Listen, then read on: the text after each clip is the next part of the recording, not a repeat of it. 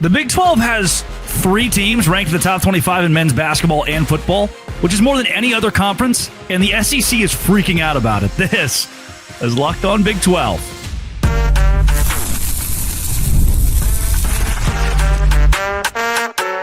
You are Locked On Big 12, your daily podcast on the Big 12 Conference, part of the Locked On Podcast Network, your team every day.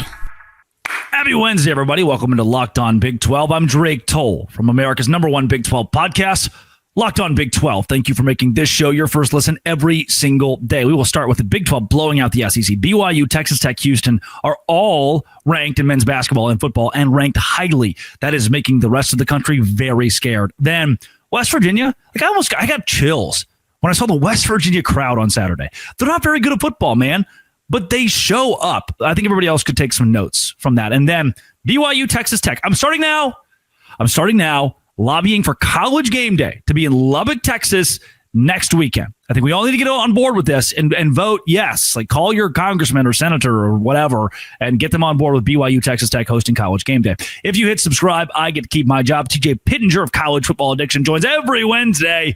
And here we go. Is the Big 12 just dominating the landscape of college athletics right now? Oh, well, excuse me, TJ. What a keen question you asked here. What a transition there. It does start with BYU, and a lot of folks will be like, we're tired of hearing those 3 letters, but there's no getting around it here. This is a tweet from First and 16 podcast. They say that if you add up the AP rankings for football and men's basketball, so those are the 2 revenue sports. And some schools are losing money off of their men's basketball team, but no one really making money off of baseball or volleyball or swimming. BYU in revenue sports, men's basketball and football, averaged number 9 ranking, the only top 10 team in both in the country. This athletic department is red hot. The money is there. The revenue is there. The fan support is there. BYU's won. So if you do that same thing, add up the rankings for football and men's basketball, you want it to be as low as possible. You want it to be as high as you can be in the country. Alabama's 2, Texas Tech 3, Houston 4. We are seeing very high rankings from Houston basketball and other football teams in there. Very high rankings from Texas Tech basketball and Texas Tech football, and elite rankings for BYU. There are only 4 major schools in the country that are seeing massive amounts of success in both football and men's basketball in these polls. They are BYU, Alabama, Texas Tech, and Houston. 3 of those 4 come from the Big 12. And previously, you could look at this and say, it's just because the Big 12 is a great basketball conference. Well, no.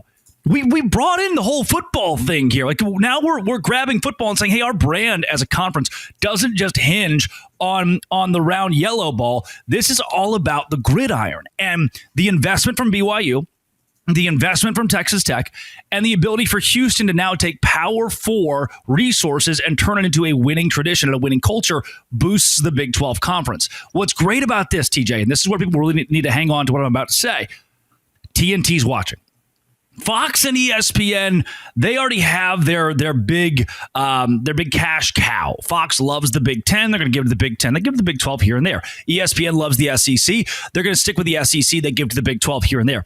TNT could become an A1 media rights partner for the Big 12 conference.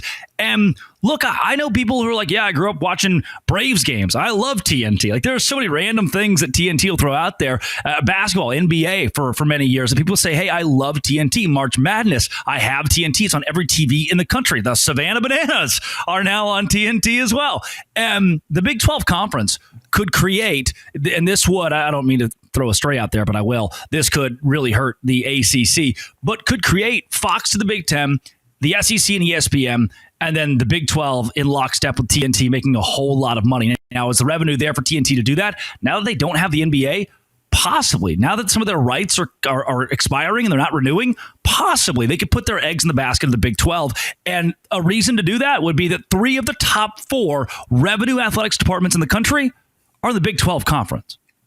It is pretty impressive when you think about what are the other 2 teams in there? I know I have the tweet right in front of me. Alabama's in there. And then if you really want to break it down, Michigan and Tennessee also find themselves in the polls. But their rankings are too low to really mean as much. It's a little harder to lobby for those 2. So it's BYU, Alabama, Texas Tech, Houston. Yeah, when you think about, Alabama specifically just being the maybe the gold standard in football for the last 20 years, over that time frame. They make a lot of sense. But man, there's not, for Ohio State to not be there, for Georgia to not be there, for a lot of the other really good athletic programs. We think about Texas, we think about some of the really big football only, programs. For the Big 12 to have three is really, really impressive. You talk about just leveraging the potential TV networks, the deals, and we can look at it from both perspectives. Yeah, there is coming a day, and we've talked about this extensively. There's coming a day where the ACC is going to deal itself quite a death blow. But even without that, even without the ACC maybe losing some of their bigger eyeball grabbers, it feels like the Big 12 is starting to separate, and a lot of it has to do with their leadership. And I don't know so I want to get that, the side of elevating there, but then also the side of, man, is it feasible to think that the gap could close, even if just a little bit, even if you just stopped there from being such a gap, and you closed by, 5 million, right? Then it's like you almost have this upward trajectory path to where you can become pretty competitive financially with the SEC and the Big Ten from a media payout standpoint. Just the gap not growing larger would be a huge win when they renegotiate in 2030, 2033. So I don't know, thoughts on all that. Yeah, I think it's going to come from the brands getting bigger and bigger. It's going to come from the Big 12 flexing a Texas Tech, flexing a BYU, and those are the ones that come to mind first. I think Utah could be up there. Colorado with Deion Sanders could be up there. But look, the buck stops a lot of times, and I know you and I both get comments every week or two about like, oh, more BYU stuff. Man, it's hard to get around at some point. It's hard to really wax poetic right now about Kansas or Kansas State. It's hard to talk at length about UCF when you consider the fact that, BYU, when they first came to the Big 12, 10-8 in Big 12 play in basketball. They were 5-7 overall in football. Who would have thought 3 years later they'd be the bell cow possibly for the conference from a revenue and exposure standpoint? But it's where we sit. A TV network is going to want. Can I pivot a little bit there? I want to just new ideas pop in the brain here. But BYU is creating a little bit of what Clemson did. And you and I mentioned that most weeks as well, how Clemson kind of came out of nowhere, and 15 years ago, no one cared about them, and now they are the talk of the town.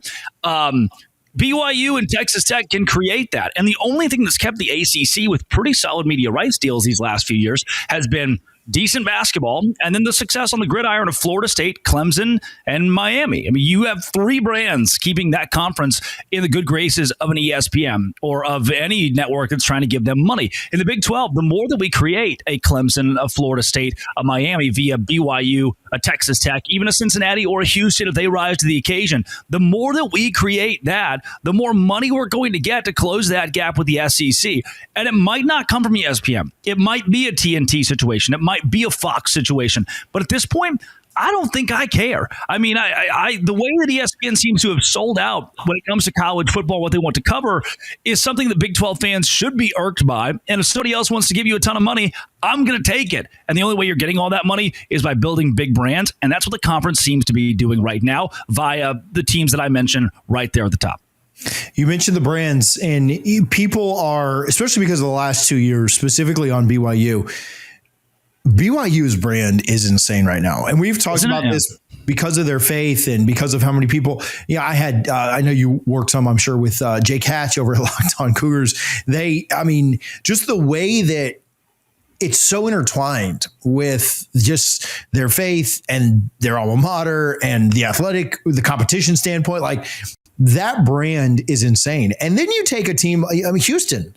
We were wondering what they would even look like. Would they even be in the top half of the Big 12 this year? They're capitalizing right now. We're not even, Texas Tech, they're doing a really good job right now of capitalizing on a windfall of money. And so people are talking about these teams. And going back to Houston, just quickly as I go down these rabbit trails, they're in a major metropolitan city. Right. They're not playing in Ames, Iowa or Gainesville, Florida or Columbia, they're in a huge area. And so the brands are becoming more recognizable. People are tuning in because they want to see if Bachmeier and BYU can keep doing it. People are tuning in because they want to see if the money that Campbell's spending at Texas Tech can continue to do it. I think people like Willie Fritz. And so the brands are such a big thing. Florida State 45 years ago was maybe 50 years ago was absolutely nothing. It wasn't a brand. And I'm not saying that it'll take BYU or any of these other programs 30 years because national television wasn't a real thing back then and ESPN was, but brands are built. Clemson for a long time was absolutely nothing. Miami for the last 20 years, although they have a history, has been nothing. You can build a brand up. I mean, look at Vandy. Everybody tunes in to see Vandy play right now. Yep. And so you win. The old adage, you win and it fixes everything. You win and, you build it and they will come. So you win and you make money. That's what matters. Today's show is brought to you by Mazda. Mazda crafts cars for those who do more than simply move. Mazda delivers confidence with every ride with more IIHS top safety pick awards than anyone else. From footwork to breathwork, athletes sweat all the details, and Mazda brings this same intention to how we craft every model. Feel that Japanese craftsmanship in every detail. From the metallic accents to available Napa leather upholstery, you can make everyday drives feel like anything but. From smooth handling to intuitive controls. Like our players, we sweat every detail. Because when you make every move count, impossible becomes irrelevant. Mazda. Move and be moved, and do it with Mazda today. West Virginia. Let's talk about them a little bit. Drake, what do we have going on here? Dude, I am blown away. So again, we'll peel back the curtain, and I've been doing a lot of that recently for people out there. I was looking at the West Virginia game this weekend, what I watched against TCU. They were packed. 55,000. It would have broken a record in Waco, Texas for the amount of people to be in a college football game. And West Virginia, the second worst team in the Big 12, on their last leg this season. Their quarterback entered the transfer portal a couple of weeks into the year. I was like, all right, well, then I guess I'm done. They black out the stadium night game against TCU, and I got chills when I saw pictures of this stadium. It's packed. They suck at football. There's no two ways around it, yet the fans are showing up for every single game. There are very few, TJ, fan bases in the Big 12 or in all of college football that would do this. Go to Fayetteville, Arkansas right now. Go to Lexington, Kentucky right now. Go to even Starkville, Mississippi, and show me what you see. It's a lack of fan support, a lack of people showing up. What it reminds me of, so I grew up in the state of Arkansas, and when the team sucked, football, basketball, it didn't matter. I grew up 2.5 hours away. Like when Dad came home on a Tuesday and said, I got tickets. We're going to the game on Saturday. Like that was different. In Texas, you can kind of do that at any one of the 15 Division I universities. In a state like West Virginia, whether they're good or bad, it doesn't matter about the winning as much as it does showing up to support the team in times like this. Now, winning certainly is paramount, and they want West Virginia to get there. But here's what this fan base understands that I think a lot of people don't. When they show up, the team's going to play better. The players want to stay. The coaching staff wants to be better. It sets a different standard. You get done genuinely. What's wild is people are always like, oh, West Virginia, coal mining state. They kind of use that as a crutch. It's legit. Like genuinely, that state is run off of coal. And these people are going from the coal mines in the middle of the week to the football stadium on Saturday. We can barely get the Baylor fans off their damn computers to go 2 minutes down the street to go to McLean Stadium on a Saturday. These people are working the mines, TJ, and they're jumping over. It almost makes me emotional to see that the Big 12 can represent the best of college football, can represent the best of being a fan in college football with the way that West Virginia shows up. And it just got me so fired up this week. And I just wish some of these Big 12 teams wouldn't take what they have for granted. Some of these Big 12 fans wouldn't take what they have for granted. Now, awesome fan bases at Texas Tech or BYU or Kansas State, or even Kansas is starting to look better right now. And UCF has the balance. I mean, there are plenty of great fan bases. But what West Virginia is doing as a school that really sucks at football right now, sadly, is monumental for how the country views the Big 12 conference. And as again, my dad would drive us 2.5 hours, and the whole time we had Razorback flags on the windows. You'd cinch them up in the windows, and they'd blow it in the wind as you had all your red gear on and your hog hat. And that's what it is for West Virginia fans. It's at the end of a long work week.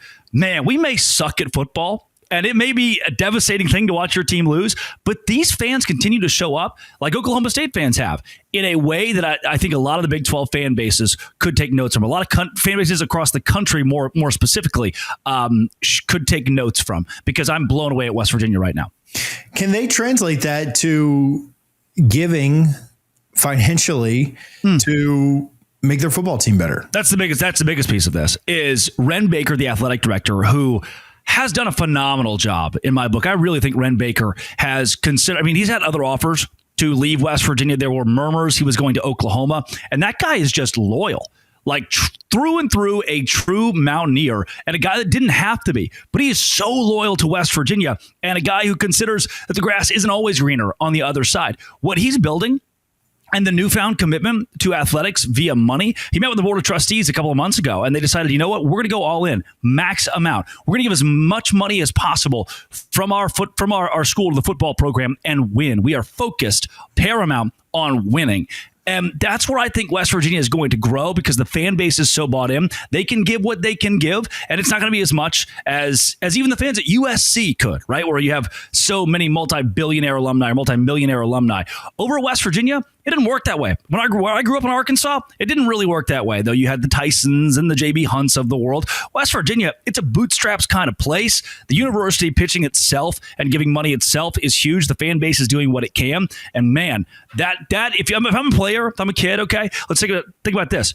Bigger brand all time, UCLA over West Virginia? Probably. Bigger brand all time, Penn State over West Virginia? Probably. Bigger brand all time, an Arkansas over West Virginia? Maybe.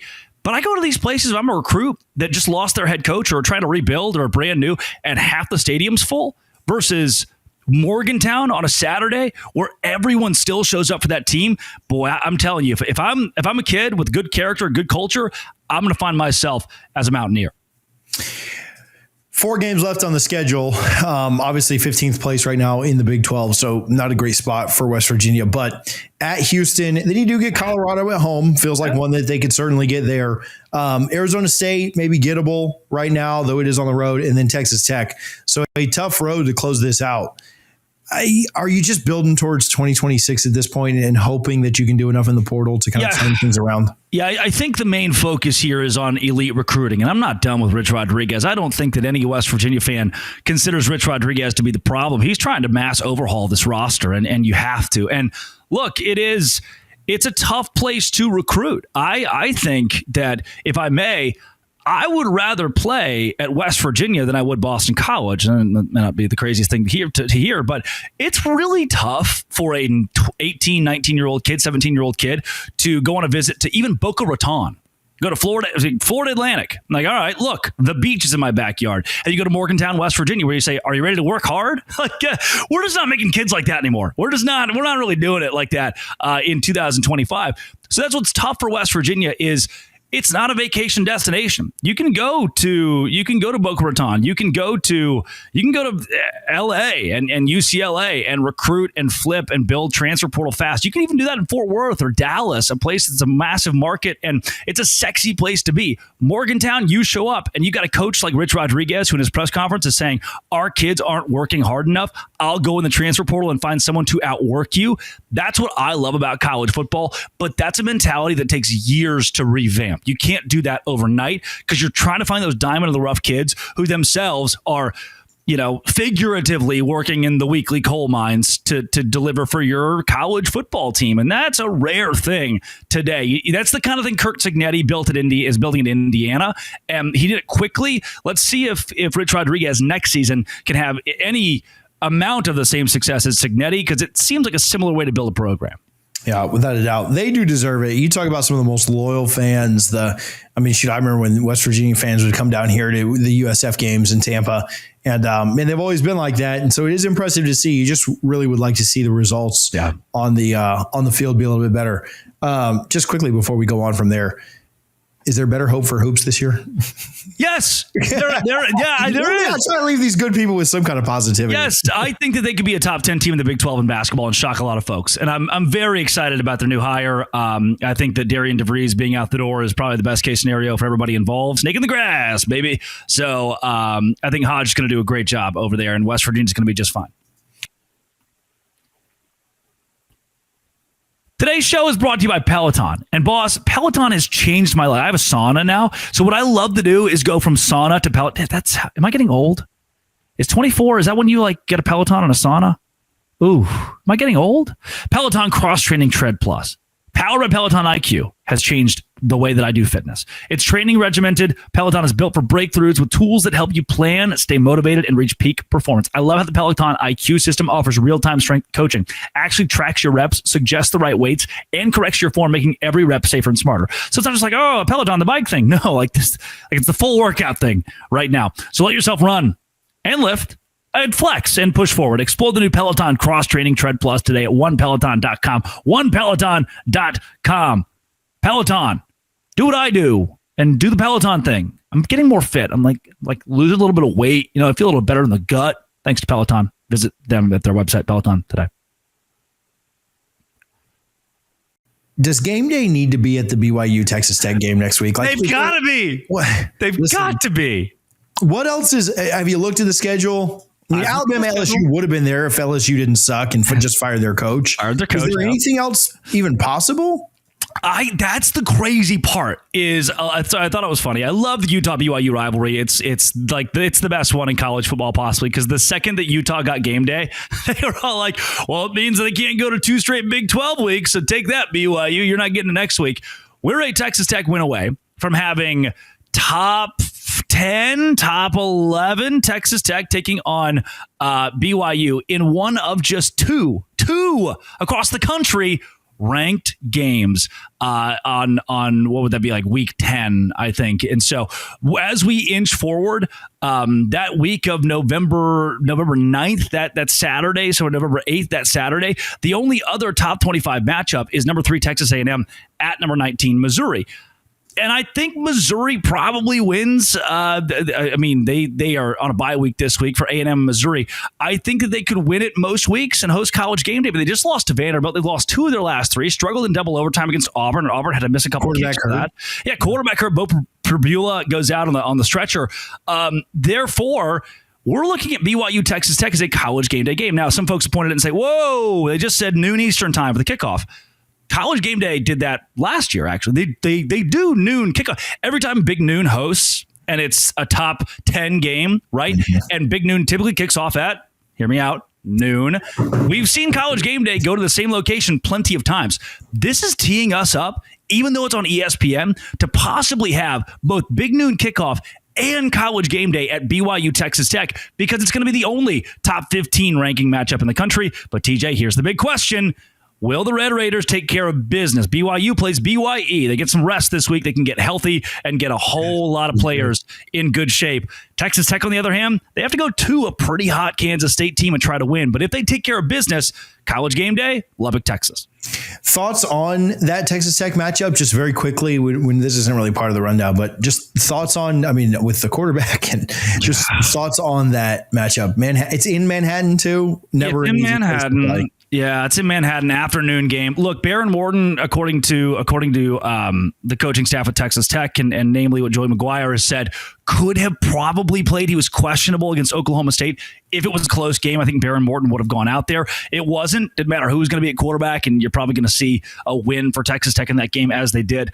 Will Hammond being out, you've lost your backup quarterback, but your starter's coming back. So that trade-off we'll see, but it should, and I think it will pay off for Texas Tech when they get Baron Morton back. They'll become what they started the season as, and they held Oklahoma State to 0 points, and their defense has just been electric. The most points they've allowed this season is 26. That was in their lone loss at Arizona State. Second most points they've allowed this year were 17. That's a really good defense. Texas Tech is going to give Avery Johnson and company fits, but Kansas State is red hot right now. They're one of the hottest teams in the Big 12. A lot of NFL caliber talent. They've won 3 of 4. Kansas State scares me a lot, but I think Texas Tech finds a way to get it done, and I know BYU fans are rooting very hard for the Red Raiders this week. We will talk about the Texas Tech BYU game more fully next week. So if you're watching this, do me a favor and hit the subscribe button, whether it's here on College Football Addiction or on Locked On Big 12. But just really early thoughts about that game. Just, is there a matchup that you kind of have your eye on? Again, let's just assume for the best that Texas Tech wins this game. But win or loss against Kansas State. Thoughts on that game coming up in a week and a half? Yeah, I don't have a ton of the analytics yet because we haven't played that Kansas State-Texas Tech game. So I'm kind of holding out on, all right, who does Texas Tech have healthy? What do they look like from a roster standpoint going into it? But I can tell you, as little as I've looked into that matchup itself, I think much more importantly right now, you look into the Texas Tech schedule. the BYU schedule and what this means for the Big 12 standings. So a win for Texas Tech against Kansas State means College Game Day and the nation will put its eyes on our conference as those two teams, the Red Raiders and the Cougars, square off. If Texas Tech wins that game, their remaining schedule is UCF and West Virginia. That means that Texas Tech's going to the Big 12 championship. All they have to do is beat BYU, and they're going to the Big 12 title.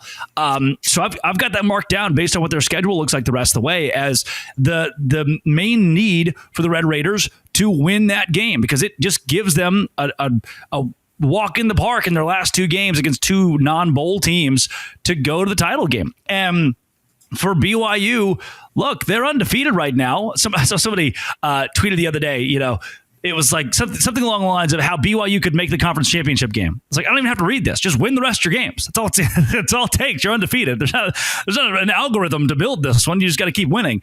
And the problem is they get Texas Tech on the road coming off of a bye, and that's going to be a hardy matchup. After that, TCU is a tough team to play. They play that at home, but it's a tough team to play.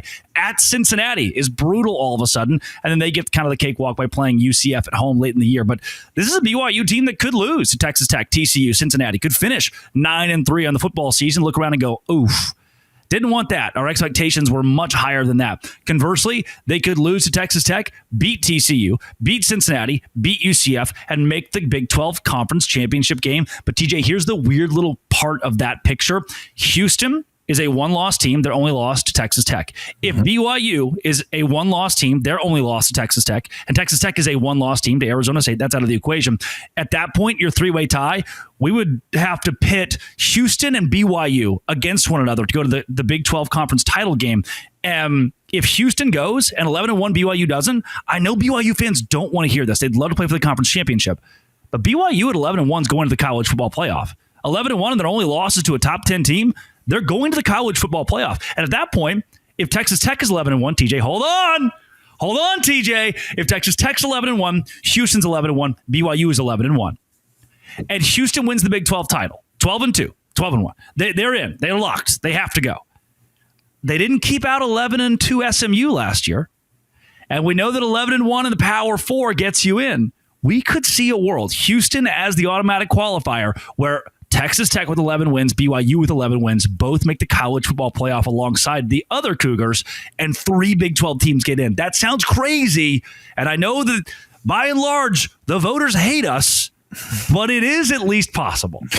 You just made every SEC fan that's watching this, like we just lost them as subscribers because their heads just exploded. Right, but with the 3 11-win teams. Really hard to deny those. Really hard to deny those. You got to put them in. Yeah. Now, football never works as perfectly as that, so the chances of it happening seem slim. Yeah. But I am cheering for the chaos scenario that would be that. Next week on College Football Addiction, 3 Big 12 teams, college football playoff. You'll see. Bachmeier's been so impressive. And I mean, nobody would have expected this, right? Like we all tempered our expectations once Retzlaff was gone. I mean, has he been the most impressive quarterback this year in the conference? Somebody asked me that. They're like, who's the best quarterback in the Big 12? I was like, oof. Brendan Sorsby probably actually is the correct answer here. He's been great at Cincinnati. Mm-hmm. But Bear Bachmeier, undefeated. It's unreal. True freshman who's got better stats than Diego Pavia. That's nuts, by the way. That's like Heisman runner-up right now, Diego Pavia.